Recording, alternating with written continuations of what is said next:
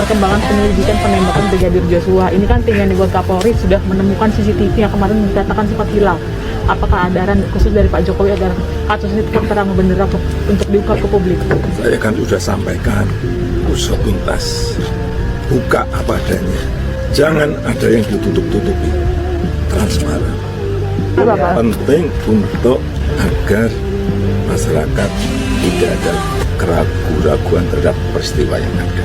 Ini yang harus dijaga, kepercayaan publik terhadap Polri harus dijaga. Saya minta kepada teman-teman media juga, ya, untuk bisa meluruskan tentang berbagai macam spekulasi informasi yang berkembang. Di pengacara menyampaikan ya sesuai dengan expert pengacaranya, ya sesuai dengan hukum acaranya.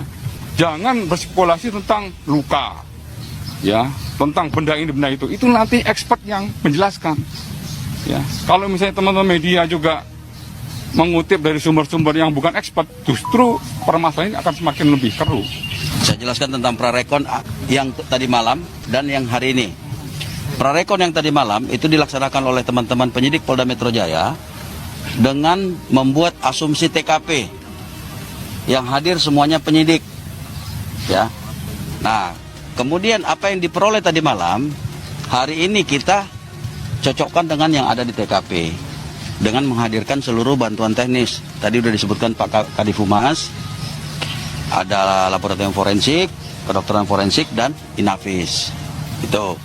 Nah, kemudian perlu juga saya update bahwa kemarin penyidik beserta dengan Perhimpunan Dokter Forensik Indonesia itu sudah melakukan pertemuan dengan pihak keluarga, ya, virtual karena kebetulan pihak keluarga dan kuasa hukum ada di Jambi. Nah, kemudian juga pertemuan itu menghadirkan sejumlah ahli forensik dari beberapa universitas. Nah, kemudian hasil pertemuan tadi beberapa hal disampaikan oleh ahli-ahli forensik dan kemudian sepakat untuk dilakukan ekshumasi di hari Rabu di Jambi. Sebagai penerima kuasa untuk mengungkap kasus drama yang diduga disetting oleh anggota kepolisian dari Polres Jakarta Selatan bersama-sama dengan Jenderal Bintang 2, di mana setelah almarhum disiksa, dipukuli, disayat-sayat, entah apapun motif kebencian mereka, dirusak wajahnya, disobek hidungnya dengan dugaan senjata tajam, demikian juga bibirnya, bawah matanya, kemudian di pundaknya di sebelah kanan itu ada juga dirusak itu, sampai dengan dagingnya terkelupas, bukan dengan senjata peluru tentunya, kemudian perutnya, dadanya, kemudian kakinya juga, walaupun dia pakai celana dan pakai kaos kaki, tapi diduga seperti tusukan benda tajam atau sangkur dan sebagainya. Kemudian jarinya juga dirusak itu, dan diduga dipatahin juga selain dirusak, dicabut kukunya. Kemudian masih banyak kerusakan-kerusakan lainnya seperti rahangnya bergeser, dan sebagainya. Kemudian di belakang kepala ini seperti luka sobek sampai dijahit beberapa jahitan itu. Nah, tinggal pertanyaannya adalah apakah disiksa dulu baru ditembak atau ditembak dulu baru disiksa. Nah, dari sini saya bisa berani mengatakan bahwa ini adalah drama yang setelah kejadian baru diciptakan skenarionya. Nah, bedanya dengan drama-drama yang ada di gedung kesenian, diciptakan dulu dia skenarionya baru dilakonkan.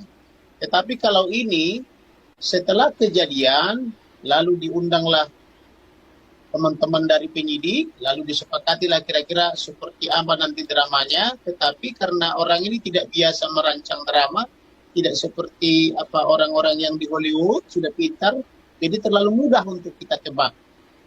Nah, dramanya itu antara lain adalah bahwa setelah almarhum ini diduga meninggal, datanglah teman-teman dari penyidik, lalu mereka melucuti barang bukti, kemudian mengganti dekordernya CCTV tanpa izin Pak RT, diduga demikian. Kemudian apa namanya itu menciptakan alibi seolah-olah ada yang pergi ke apa namanya ambil apa namanya PCR dan sebagainya, itu diciptakan sedemikian rupa. Kemudian apa namanya itu ada pengangkutan jenazah dari rumah tapi diduga tidak menggunakan ambulans karena tidak ada tetangga yang mendengar ambulans. Kemudian dibawalah ini ke rumah sakit Polri. Nah, di rumah sakit Polri inilah dilakukan otopsi, kemudian visum repertum, kemudian pemeriksaan nasofaring untuk menguji apakah apa namanya itu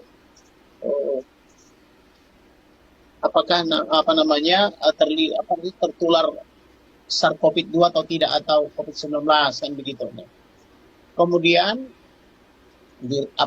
identitas daripada korban ini juga terkadang dia 28 tahun, terkadang berusia 21 tahun. Versi dokter dia berusia 21 tahun, tetapi versi lulusan sekolah polisi dia 2012. Jadi di sini ada 3 versi. Dia versi lulusan 2012 dari Jambi, Brimob, kemudian ada juga dia versi umur 21 tahun, versinya rumah sakit Polri, ada juga dia versi pemohon. Dalam hal ini pemohonnya adalah atas nama Kapolres Jakarta Selatan, dia kelahiran 94 gitu loh. Jadi data orang ini sangat tidak valid dan terkesan ceroboh dalam membuat suatu skenario, sehingga skenarionya ini tidak begitu meyakinkan. Ibarat sebuah sinetron, itu sinetronnya itu tidak menarik kan begitu, tetapi jadi bahan cercaan.